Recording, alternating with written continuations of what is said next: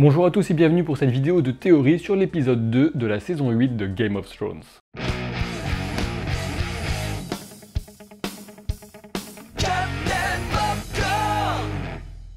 Je vous recommande bien sûr de regarder la vidéo consacrée au premier épisode avant de regarder celle-ci, et puis rappelez-vous que ce ne sont que des théories, je peux être totalement à côté de la plaque. A l'inverse, il était aussi possible que je devine correctement certains éléments sur la base des maigres indices existants actuellement. Du coup, si vous ne voulez absolument rien savoir de la saison 8 de Game of Thrones, qui sera aussi la dernière de la série, je vous le rappelle, peut-être que ce type de vidéo n'est pas vraiment fait pour vous. Félicitations à Nicolas Poix dont le commentaire a été tiré au sort dans la première vidéo et qui remporte donc l'intégrale en Blu-ray de la saison 7 de Game of Thrones.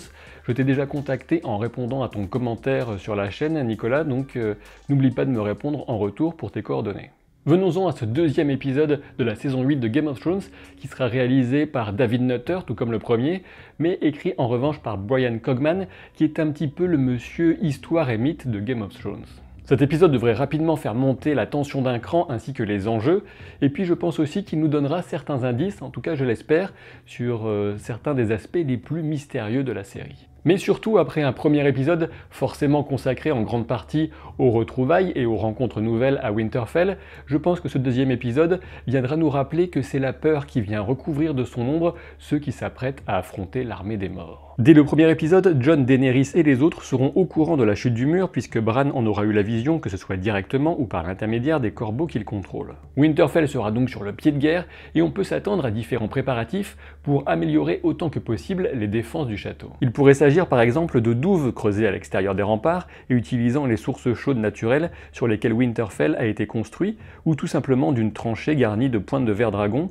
Tyrion aura peut-être un avis à ce sujet. Concernant les forces en présence, on sait bien sûr que les hommes du Nord et les hommes du Val sont déjà présents à Winterfell, et on se rappelle du côté de l'armée de Daenerys que la horde d'Dothraki a dû arriver par la route en chevauchant à bon train, tandis que le reste de son armée a fait la plus grande partie du chemin par la mer en accostant à Port-Blanc. D'ailleurs au passage, j'ai entendu dire qu'il y avait un sacré roulis dans le navire qui a transporté Jon et Daenerys. Une importante réserve d'armes de verre dragon a certainement voyagé avec eux depuis Dragonstone, et de nombreux soldats, notamment les Immaculés, en seront équipés. Du côté des personnages, j'ai envie de m'intéresser en premier lieu à Bran. En effet, qui mieux que la corneille aux trois yeux pourrait enfin en apprendre plus sur les marcheurs blancs et surtout leur terrible chef, le roi de la nuit. Encore une fois, on peut supposer que Sam posera des questions à Bran pour l'aider à naviguer parmi ses innombrables souvenirs et connaissances.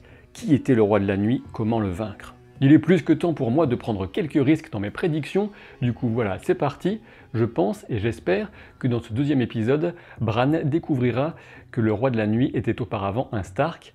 En effet, il y a de nombreux indices qui vont en ce sens. Après tout, sur Westeros, seul le peuple du Nord descend des premiers hommes, et tous les symboles des Stark sont liés au froid et à l'hiver, de Winterfell à Glace, l'épée ancestrale qui fut fondue à l'initiative de Tywin Lannister. Puis il y a les loups, et justement, difficile de ne pas voir un indice laissé par les showrunners, quand l'armée des morts vue du ciel semble dessiner la forme d'un loup au moment de passer le mur enfin tombé. Une telle révélation serait déjà bien sûr un choc pour de très nombreux téléspectateurs, mais j'ai l'impression que Bran, Sam et peut-être Gilly, ou Vert en français, ne s'arrêteront pas là. Les livres emportés par Sam depuis la section interdite des rayonnages poussiéreux de la citadelle vont forcément servir. Et de mon point de vue, ces quelques grimoires pourraient ouvrir la voie à la découverte d'une méthode pour vaincre le roi de la nuit, une méthode qui inclurait, de mon point de vue, un rituel et un sacrifice. Toutefois, dans ce que j'imagine, il faudra attendre le 4e épisode de la saison pour en savoir plus à ce sujet, du coup je ne vous en parlerai en détail que dans la 4e vidéo.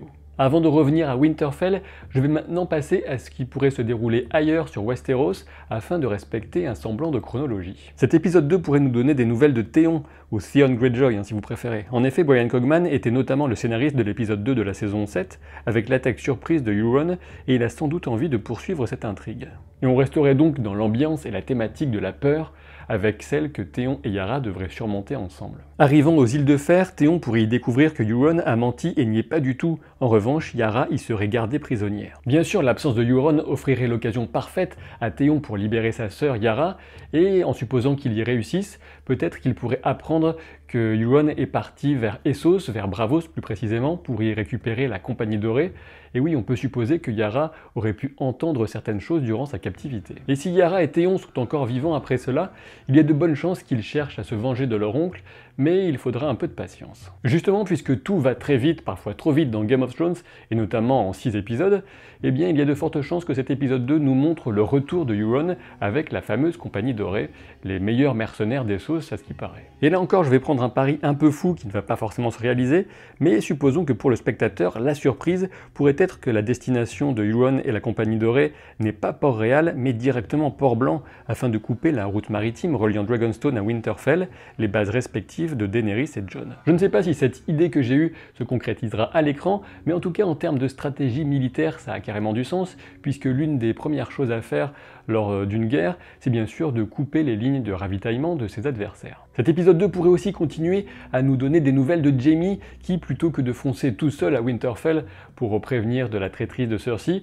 préférait tenter de compenser celle-ci en réunissant des hommes pour aller combattre l'armée des morts. Et de ce point de vue, je verrais bien Jaime passer par Vivzeg ou Riverrun en VO et y retrouver Edmure Tully.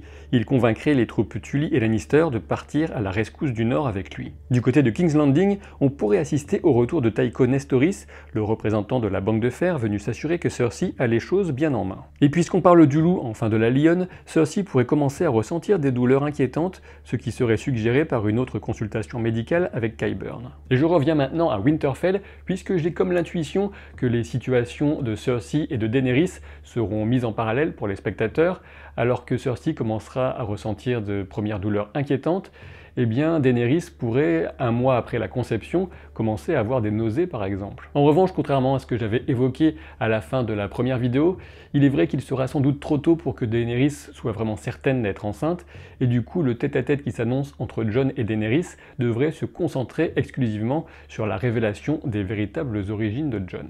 Et oui, je suis vraiment convaincu que Jon avouera tout ça à Daenerys, et ce pour deux principales raisons. La première raison, c'est tout simplement l'honnêteté du personnage qu'on a encore pu constater dans toute sa splendeur dans le dernier épisode de la saison 7, alors qu'il annonçait à Cersei avoir prêté allégeance à Daenerys. Et la seconde raison, c'est tout simplement que la situation devient scénaristiquement bien plus intéressante si Daenerys est au courant. Voilà pourquoi je pense que Jon avouera à son amante ce que Bran et Sam lui auront révélé, non seulement sur ses vrais parents, mais aussi sur leur union religieuse et l'annulation du premier mariage de Rhaegar. Ce qui fait de Jon, comme vous le savez déjà, l'héritier le plus légitime au trône de fer. En tout cas, très clairement, il passe devant Daenerys en termes de loi de succession targaryenne. Et là, accrochez-vous puisque je vais tenter un pari un petit peu gros en supposant qu'un jeune serviteur entendra des bribes de cette conversation qui s'annonce assez mouvementée. Ainsi, par l'intermédiaire de son réseau d'espion, Qyburn finirait par apprendre les véritables origines de Jon, ce qui permettrait ensuite à Cersei d'être au courant et d'échafauder des plans. Alors bon, j'avoue, en toute franchise, je serais étonné que ça se passe vraiment comme ça, mais bon, si on peut plus s'amuser en faisant de théories. Ce qui semble inévitable en revanche, c'est que cette révélation viendra frapper Daenerys comme un coup de poignard et qu'une distance se créera entre les amants de la veille. Et cette distance ne devrait pas s'arranger quand Sam, le meilleur ami de Jon quand même, apprendra que Daenerys a brûlé vif son père et son frère lorsqu'ils ont refusé de ployer le genou face à elle. Et puisqu'on parle de réchauffement, je pense qu'il y en aura un au final quand même entre Sansa et Daenerys suite à une longue discussion entre les deux jeunes femmes qui permettra de rassurer Sansa quant aux intentions de la mère des dragons. Et je pense même que Tyrion devrait jouer les intermédiaires entre elles pour permettre à ce rapprochement de s'opérer. Peut-être que Daenerys demandera conseil à Varys et Tyrion en apprenant que Jon a un droit au trône supérieur au sien, mais il y a plus de chances qu'elle se confie à Missandei sur ses peines de cœur. Je pourrais parler longtemps de ce sujet, car il faut bien avoir conscience que cette révélation va totalement remettre en cause la vision du monde qu'a Daenerys depuis des années. En effet, depuis la mort de Viserys et surtout depuis la naissance des dragons, Daenerys a construit toute son incroyable vie, tout son parcours autour d'un objectif très clair, récupérer le trône de fer qui lui revient de droit. Forcément, la jeune reine va être plongée dans un profond questionnement intérieur sur la conduite à tenir. Doit-elle oublier son rêve ou au contraire faire comme si rien n'avait changé? Est-ce l'occasion de redéfinir l'ordre des priorités pour le reste de sa vie? On peut imaginer que Jon de son côté cherchera conseil auprès de Davos quant à l'opportunité de révéler publiquement ses origines, mais Davos devrait lui conseiller de ne rien en faire pour ne pas troubler les seigneurs et les troupes du Nord à la veille d'une bataille décisive pour l'humanité. Évidemment, on peut supposer que Jon sera profondément troublé par les révélations de ce lien familial proche avec celle dont il était tombé amoureux, mais heureusement ou malheureusement, Jon et Daenerys auront assez peu de temps pour se plonger dans ces cas de conscience, puisque bientôt c'est leur survie qui deviendra la priorité. Et pendant ce temps, au nord, on assisterait à la course effrénée de la garde de nuit menée par Ed, accompagné de Tormund, Beric et Gendry qui foncent à cheval vers Winterfell pour devancer l'armée des morts. Armée qui justement se sera renforcée en emportant avec elle les pauvres habitants qui sont situés entre le mur et Winterfell, et notamment les Karstark et les Ombles dont je vous parlais dans la première vidéo, même s'il n'est pas impossible que certains survivants arrivent à Winterfell avant Tormund et compagnie pour retrouver refuge et sonner l'alerte. Quoi qu'il en soit, pour la fin d'épisode 2, j'imagine très bien l'arrivée de la garde de nuit in extremis et leur hurlement malgré l'épuisement. L'armée des morts est sur nos talons, ils arrivent, fermez les portes. Mais Winterfell et leurs armées réunies seront déjà prêtes, notamment les Immaculés et les Dothraki en formation, prêtes à recevoir la première vague de spectres grâce à leurs armes de ver dragon. Je pense en effet que la majeure partie de l'armée de Daenerys combattra à l'extérieur de Winterfell, pour la simple et bonne raison que le château ne sera sans doute pas assez grand pour accueillir tout le monde, puisqu'on parle au bas mot d'une armée de 100 000 hommes. Alors oui, objectivement, en termes de stratégie militaire médiévale, il n'est pas forcément très malin de ne pas profiter au maximum des défenses offertes par le château, mais d'un autre côté, quand on y réfléchit, une cavalerie légère comme les Dothraki profitera d'un combat en extérieur et ne serait pas très efficace à l'intérieur des murs. Concernant les Immaculés, je pense aussi que les scénaristes auront trop envie de nous les montrer combattre en formation, tel un îlot de pierre résistant à la vague géante de l'armée des morts. Le seul point d'espoir et de lumière dans cette fin d'épisode 2 devrait correspondre aux retrouvailles inespérées entre Arya et Gendry. Pour rester dans la logique de mon idée un peu audacieuse, certes, de l'arrivée directe de Euron et la compagnie dorée à Port-Blanc, j'imagine qu'en cette fin d'épisode 2, on pourrait aussi les voir recevoir de nouvelles instructions par Corbeau en réponse à celui qui les aurait envoyées à Cersei pour lui confirmer la prise de la ville, des instructions qui n'annoncent rien de bon pour Winterfell. Je tenais à vous prévenir, si vous ne laissez pas un pouce en l'air à cette vidéo, je vous enverrai tout simplement Sandor Clegane et Arya Stark, donc bonne chance à vous. Et si ce n'est pas encore le cas, bien sûr, abonnez-vous à la chaîne, suivez-moi sur Twitter, sur Facebook, merci à ceux qui me soutiennent déjà sur Tipeee, et puis aussi vous pouvez me suivre sur Lycos, Caramel, Altavista et 3615 Captain Popcorn. A très bientôt pour de nouvelles aventures, salut.